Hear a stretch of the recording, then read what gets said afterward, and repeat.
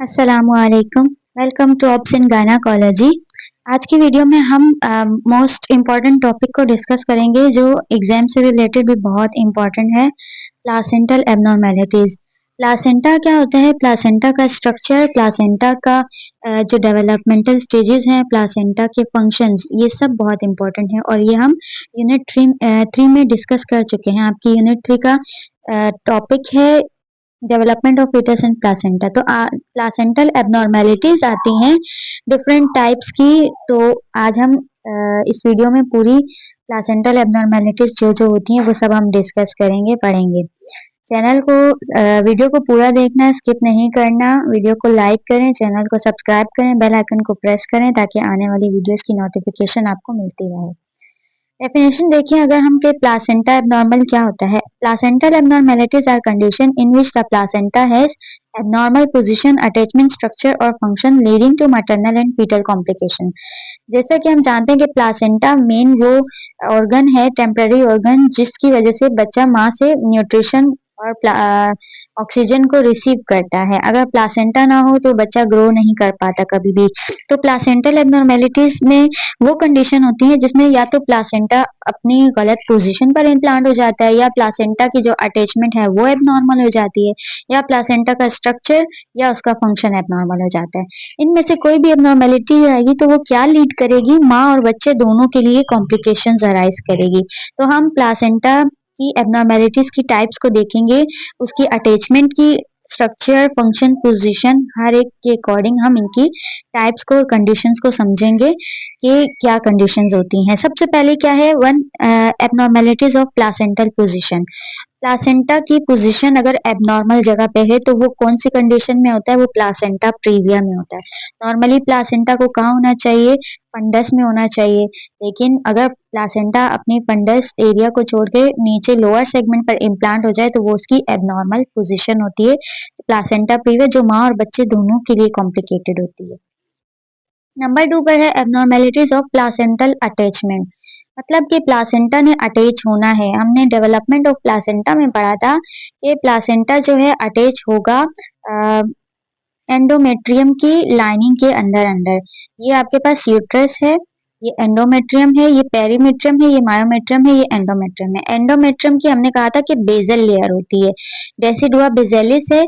इस डेसिडुआ ये पूरी एंडोमेट्रियम की लेयर है, वेस्क्युलराइज लेयर होती है। इसकी लिमिट के अंदर अंदर प्लासेंटा को रहना है, नॉर्मल प्लासेंटा को। लेकिन अगर प्लासेंटा अपनी इस लिमिट को क्रॉस करके मायोमेट्रियम की तरफ इन्वेड हो जाता है, अंदर चला जाता है, तो ये फिर क्या एबनॉर्मेलिटी किस में आती है? ये प्लासेंटा की अटैचमेंट की एबनॉर्मेलिटी आती है, जो दोनों माँ और बच्चे दोनों के लिए कॉम्प्लिकेटेड होती है। माँ के लिए बहुत ज्यादा रिस्की कंडीशन हो जाती है। प्लासेंटा, इसमें 3 टाइप्स होती हैं प्लासेंटल अटैचमेंट में। Placenta accreta, placenta increta, placenta percreta. अब एक्रीटा में क्या होता है? नॉर्मल आपकी लिमिटेशन क्या है? डेसिडुआ बेजेलिस के अंदर अंदर। एक्रीटा में क्या होता है कि 50% प्लासेंटा जो है मायोमेट्रियम में इन्वेड कर जाता है, एबनॉर्मल अटैचमेंट हो जाती है। इस कंडीशन को हम प्लासेंटा एक्रीटा कहते हैं। और प्लासेंटा इनक्रीटा में क्या होता है कि मोर देन 50% से ज्यादा जो है, ज्यादातर पूरा इन्वेड हो जाता है मायोमेट्रियम के मसल्स में, प्लासेंटा चला जाता है, तो ये इनक्रीटा कहलाता है। पर क्रीटा में क्या होता है कि अब जो है यहाँ पर प्लासेंटा पेरीमीट्रियम को भी क्रॉस कर गया है और एब्डोमिनल जो ऑर्गन्स है उनकी तरफ मूव कर रहा है, पर क्रीटा कहलाता है। तो ये आपकी है प्लासेंटल अटैचमेंट की एबनॉर्मेलिटीज। नंबर 3 पर है एबनॉर्मेलिटीज ऑफ प्लासेंटल सेपरेशन। ये भी एबनॉर्मेलिटी है कि प्लासेंटा नॉर्मली कब सेपरेट होना चाहिए? थर्ड स्टेज में, जब बेबी डिलीवर हो जाए उसके बाद प्लासेंटा को यूट्राइन वॉल से सेपरेट होना चाहिए। एक्यूरेट टाइम इसका यही है। लेकिन अगर प्लासेंटा आपके पास डिलीवरी से पहले इंट्रा यूट्राइन है, अभी बच्चा डिलीवर ही नहीं हुआ, और प्लासेंटा अपनी वॉल को सेपरेट कर दे तो वो फिर प्लासेंटल सेपरेशन की एबनॉर्मेलिटीज कहलाती है। और वो एक ही कंडीशन होती है, एब्रप्शन प्लासेंटा, जिसमें प्लासेंटा प्रीमेच्योर सेपरेट हो जाता है यूट्राइन वॉल से। ये भी बहुत क्रिटिकल कंडीशन होती है माँ और बच्चे दोनों के लिए। ये देखिए यहाँ पर आपको दिखाया जा रहा है प्लासेंटा जो अटैचमेंट थी, हमने इनक्रीटा, एक्रीटा, परक्रीटा देखा ना। ये देखिए नॉर्मल प्लासेंटा है, ये डेसिडुआ की लिमिट के अंदर है। ये आपके पास एक्रीटा है, प्लासेंटा एक्रीटा है, जो अब डेसिडुआ को क्रॉस करके 50% मायोमेट्रियम में चला गया। ये आपके पास इनक्रीटा है, जो पूरा मायोमेट्रियम के अंदर चला गया। और ये देखिए ये परक्रीटा वाली कंडीशन है कि प्लासेंटा पेरीमीट्रियम को भी क्रॉस कर गया है। तो ये आपके पास एबनॉर्मल अटैचमेंट होती है, ये आपको पता होनी चाहिए। Abnormalities of placental shape, placenta की शेप अगर खराब बने, नॉर्मल शेप ना बने, प्लासेंटा की नॉर्मल शेप क्या होती है वो हम ऑलरेडी डिस्कस कर चुके हैं, आप प्लासेंटा वाली वीडियो में जाकर रिव्यू कर लेना। इसमें आपके पास 3 टाइप्स की एबनॉर्मल शेप आती है। एक आपके पास होती है नॉर्मल, जो प्लासेंटा होता है वो डिस्कॉइडल शेप का होता है, डिस्क शेप का होता है, और यूजुअली 1 to 3 सेंटीमीटर उसकी थिकनेस होती है, इतना होता है आपके पास। लेकिन अगर एबनॉर्मल शेप है तो उसमें आपके पास एक तो आता है ससेंचुरिएट लोब, एक्स्ट्रा प्लासेंटल लोब। एक प्लासेंटा एबनॉर्मल, उसका नाम है ससेंचुरिएट प्लासेंटा। इसमें क्या होता है कि प्लासेंटा के साथ एक प्लासेंटा तो अपना पूरा डिस्कॉइडल बना हुआ है, लेकिन इसके साथ एक एक्स्ट्रा लोब बन जाती है प्लासेंटा की, ये कहलाता है ससेंचुरिएट लॉब, मीन्स के एक्स्ट्रा प्लासेंटल लॉब का बनना। यहाँ देखिए आपको यहाँ पिक्चर में भी नजर आ रहा होगा, ये पूरा प्लासेंटा अपना डिस्कॉइडल शेप का, एम्बिलिकल कोड सब कुछ नॉर्मल है, लेकिन यहाँ साइड पर एक एक्स्ट्रा प्लासेंटा की लॉब बन गई है। अब ये क्या होता है, डिलीवरी के दौरान प्लासेंटा अगर ये डायग्नोज ना हो तो प्लासेंटा पूरा डिलीवर हो जाता है, लेकिन ये जो एक्स्ट्रा लॉब होती है ये फिर रिटेन रह जाती है और फिर पेशेंट पीपीएच में जाती है। नेक्स्ट कंडीशन है शेप के अकॉर्डिंग बाइलोब्ड प्लासेंटा। बाय का मतलब दो, लोब का मतलब लोब्स, प्लासेंटा की लोब्स।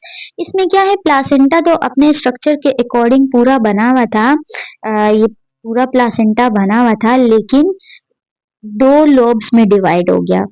एक पूरा प्लासेंटा दो टुकड़ों में डिवाइड हो गया, बस वो एक मेम्ब्रेन के जरिए एक दूसरे के साथ जुड़ा हुआ है। ये देखिए ये पूरा प्लासेंटा था, अब यहाँ से ये प्लासेंटा जो बाइलोब्ड प्लासेंटा है वो अपने इस तरह से दो लोब बना लेता है, 2 लोब्स होते हैं इसके। तो ये इसमें भी फिर सर्कुलेशन अफेक्टेड होती है और माँ बच्चे दोनों के लिए क्रिटिकल कंडीशन होती है। ये आपके पास इमेज में दिखाया हुआ है बाइलोब्ड प्लासेंटा, ये देखिए इसकी 2 लोब्स बनी हुई है। थर्ड क्या है, ये आपसे एमसीक्यूज पूछे जाते हैं, ससेंचुरिएट लोब प्लासेंटा में क्या होता है, बाइलोब प्लासेंटा में क्या होता है, और क्वेश्चन भी पूछा जा सकता है, तो इम्पोर्टेंट है हर पॉइंट ऑफ व्यू से। सर्कमवेलेट प्लासेंटा, रोल्ड प्लासेंटल मार्जिन्स। अब सर्कमवेलेट प्लासेंटा क्या, कौन सा प्लासेंटा होता है, इसमें हमने जैसे कहा कि प्लासेंटा की ये जो थिकनेस है ना नॉर्मल, ये 1 to 3 सेंटीमीटर होनी चाहिए। अब सर्कमवेलेट प्लासेंटा में क्या होता है, ये जो प्लासेंटा के एज होते हैं ना, किनारे, वो मुड़ जाते हैं, इस तरह से मुड़ जाती हैं। आपको देख रहे हैं मेम्ब्रेन्स के ऊपर कितना थिकनेस, ये जो एज है, मार्जिन है, किनारा है प्लासेंटा का, कितना थिक हुआ है। क्यों थिक हुआ है, क्योंकि ये इसके किनारे घूम जाते हैं, रोल हो जाते हैं और प्लासेंटा की थिकनेस बढ़ जाती है, इसमें भी सर्कुलेशन अफेक्टेड होती है। तो ये आपके पास प्लासेंटा शेप के अकॉर्डिंग प्लासेंटा में 3 टाइप्स की एबनॉर्मेलिटीज आती हैं, एक ससेंचुरेट लॉब, एक बाइलोब प्लासेंटा, एक सर्कमवेलेट प्लासेंटा। ये आपके पास ससेंचुरेट लॉब है, ये आपके पास बाइलोब प्लासेंटा है, और ये आपके पास सर्कमवेलेंट, ये देख लें इसकी थिकनेस कितनी ज्यादा है, प्लासेंटा है। यहाँ पे अलग से आपको पिक्चर दी गई है, ये कौन सा प्लासेंटा है, ये आप इसको लेबल करेंगे और कमेंट बॉक्स में बताएंगे कि नंबर 1 वाले प्लासेंटा को आपने क्या नाम दिया है, नंबर 2 वाले प्लासेंटा को आपने क्या नाम दिया है, और नंबर 3 वाले प्लासेंटा को आपने क्या नाम दिया है। ये आप कमेंट बॉक्स में बताएंगे ताकि मुझे पता चले कि आपका कॉन्सेप्ट कितना क्लियर हुआ है। नंबर 5 पर है abnormalities of umbilical cord insertion. अब क्या होता है कि प्लासेंटा तो नॉर्मल बना है, सब कुछ ठीक है, लेकिन जो अम्बिलिकल कॉर्ड है वो गलत जगह पर इंसर्ट हो गई है। एक तो आपके पास होती है मार्जिनल इंसर्शन, जिसे बेटल डोर प्लेसमेंट भी कहते हैं।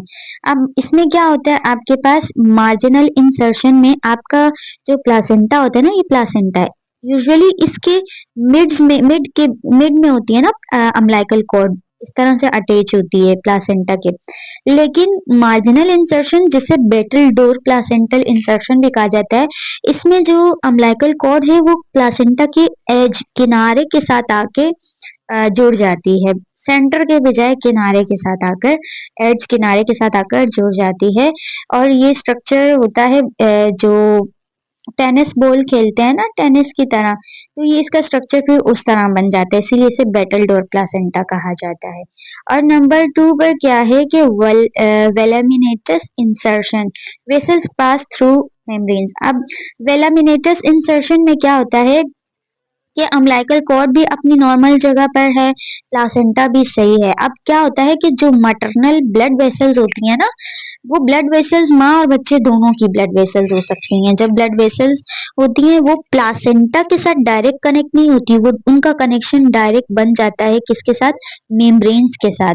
नॉर्मली प्लासेंटा के डेवलपमेंट में मेम्ब्रेन्स के साथ वेसल्स का कनेक्शन नहीं होता, वेसल्स कनेक्ट होती हैं प्लासेंटा के साथ।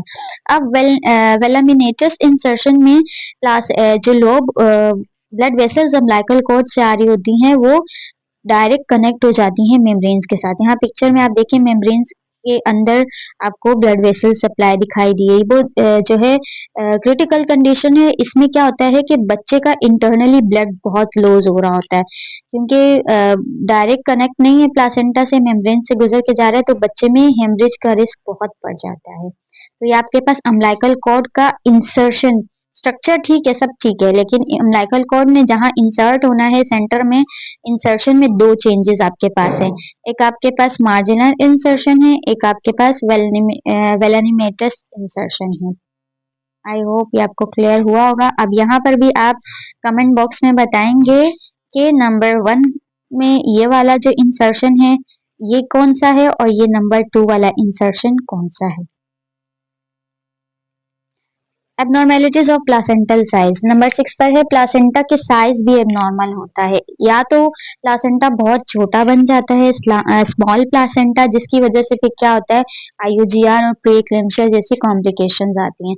या फिर प्लासेंटा बहुत ज्यादा लार्ज हो जाता है, बड़ा हो जाता है, जो डायबिटिक की या हाइड्रोफिटेलिस, अगर बच्चे के जिस्म में पानी भर जाए या मदर डायबिटिक हो तो उस कंडीशन में प्लासेंटा की भी ब्लड वेसल्स में वाटर रिटेंशन होता है और फिर प्लासेंटा का साइज बढ़ जाता है। ये देख रहे हैं आप, ये वाला जो प्लासेंटा आपको नजर आ रहा है ये लार्ज प्लासेंटा है, जिसके अंदर पूरा फ्लूइड भरा हुआ है, या तो हाइड्रोफिटेलिस की वजह से या डायबिटीज की वजह से। और ये आपके पास स्मॉल प्लासेंटा है, ये लार्ज प्लासेंटा है। तो ये थी आपके पास कॉम्प्लिकेशंस एबनॉर्मेलिटीज प्लासेंटा की। बहुत शॉर्ट है, बहुत इजी है, बस आपने कॉन्सेप्ट क्लियर करना है और मैं आपके आंसर्स का वेट करूंगी कि आपको समझ आई है या नहीं। अगेन वीडियो को ज़रूर लाइक करें, चैनल को सब्सक्राइब करें, बेल आइकन को प्रेस करें ताकि आने वाली वीडियोस की नोटिफिकेशन आपको मिलती रहे। अल्लाह हाफिज़।